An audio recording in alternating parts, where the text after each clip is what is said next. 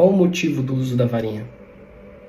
A gente sabe que esse instrumento mágico é um instrumento de canalização e direcionamento da verdadeira vontade, mas qual é o real motivo da gente precisar usar um instrumento, sendo que a gente pode fazer isso com nossas próprias mãos? Proteção. Quando a gente usa nossas mãos para um trabalho energético, para algum feitiço, para algum ritual, a gente está entrando em contato direto com aquela energia. A varinha é o modo de você filtrar essa energia, que vai entrar em contato com você ou a sua energia caso você esteja fazendo um trabalho de cura para alguém. Purificação e foco. Quando a gente usa a varinha para qualquer trabalho mágico, a varinha ela vai direcionar a sua intenção e ela vai aterrar você como uma antena. Ela vai deixar você sempre focado no seu objetivo, por mais que seu pensamento disperse. Masterização. Mesmo sem a proteção, sem a purificação, a gente ainda consegue executar sem a varinha. Por mais que esse trabalho acabe saindo de uma qualidade muito inferior. Mas a varinha permite que você refine esse trabalho. Você vai direcionar melhor, você vai conseguir executar melhor, você vai conseguir se focar melhor, se proteger melhor e desempenhar melhor esse trabalho energético e esse trabalho mágico. A criação da varinha é um momento muito único, muito importante para a prática mágica. Não só porque todos os magos da história apontam a varinha como o único instrumento indispensável na prática mágica, por ele representar a vontade do magista, mas também porque eu consigo enxergar alguns segredos na criação olhando a própria criação do universo. Pensa comigo. No princípio criou Deus o céu e a terra. A terra era sem forma e vazia, e havia trevas sobre a face do abismo. Você pode entender essa parte como a parte anterior ao despertar mágico. Então Deus disse que haja luz. E a luz foi feita. Os anjos nasceram da luz, os djinns nasceram do fogo. A diferença entre eles é só a intensidade. No primeiro dia ele cria a luz para mostrar a sabedoria divina. A luz ela representa um caminho a ser seguido, ela representa a fonte de calor, a fonte de sabedoria.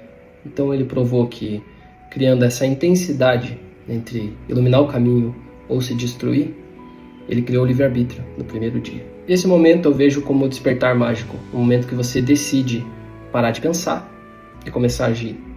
No segundo dia, ele separa os céus das águas. Ele separa o pensamento das emoções, o pensamento lógico, o pensamento estratégico, o pensamento divino.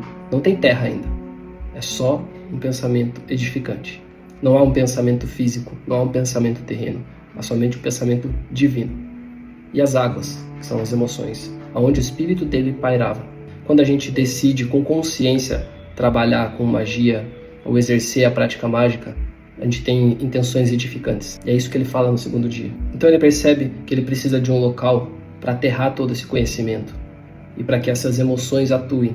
Então ele cria no terceiro dia a terra seca, e daquele fogo com a água e a terra seca atuando junto, nasce a vegetação, nasce a árvore, nasce a vida. E não é à toa que durante a história da humanidade a árvore simboliza a vida. Ela nasce da junção de todos os elementos. Deus olhou para dentro de si mesmo, então ele percebeu que tudo que ele fez precisava de um tempo para ficar pronto, e de tempo para ser feito, de tempo para evoluir. Então ele criou o dia e a noite, as estrelas, o sol e os planetas, as galáxias. Para quem é ocultista sabe da importância do estudo da astrologia para entender o tempo. Então com o dia e com a noite ele cria o tempo, com os planetas ele cria quase um relógio cósmico.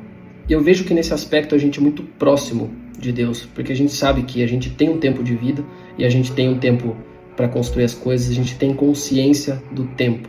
Por mais que a gente seja refém dele, a gente também sabe usar isso a nosso favor. E foi isso que ele fez. Quando ele cria o tempo, ele vê que a vegetação naquela terra seca, com aquela água, ela evolui. E ele percebe a vida. Quando ele percebe a vida, ele olha para dentro de si mesmo novamente e pensa, eu vou colocar consciência nesses seres. Ele cria as aves e os animais marinhos, que é mais ou menos uma alusão ao pensamento e os espíritos evoluídos que buscam aquele pensamento inicial, aquele pensamento edificante inicial, e os espíritos não evoluídos, que são aqueles espíritos que entram no seu próprio interior e procuram a escuridão e a profundidade do abismo. E só depois de olhar para si mesmo e criar essas formas, que são formas que eu acredito que representam muito bem a nossa própria oscilação dentro do nosso próprio espírito, entre pensamentos edificantes e a busca no seu mais profundo abismo, que ele criou os animais terrestres, com mais consciência, com uma estrutura muito mais complexa. E foi no sexto dia que ele busca lá do início, onde ele separou a terra e a água, ele busca unir novamente a terra e a água e formar argila para criar o ser humano. Ou seja, ele volta a buscar a raiz da razão, a raiz daquela emoção, para unir e colocar toda a sua criação até então, o espírito, a casca desse espírito, a casca física desse espírito, com todas as suas intenções que ele criou até então. Você lembra da luz e do fogo? Essa fonte divina, ela é nada menos do que um fogo puro que arde sem fumaça. É um fogo que consome no seu núcleo, mas ele ilumina e aquece quando você está numa distância segura. Criando o ser humano da argila, ele mostra pra gente que a gente deve ficar uma distância segura disso, para que não se desfaça quando estiver longe, mas também não queime e volte a ser pó.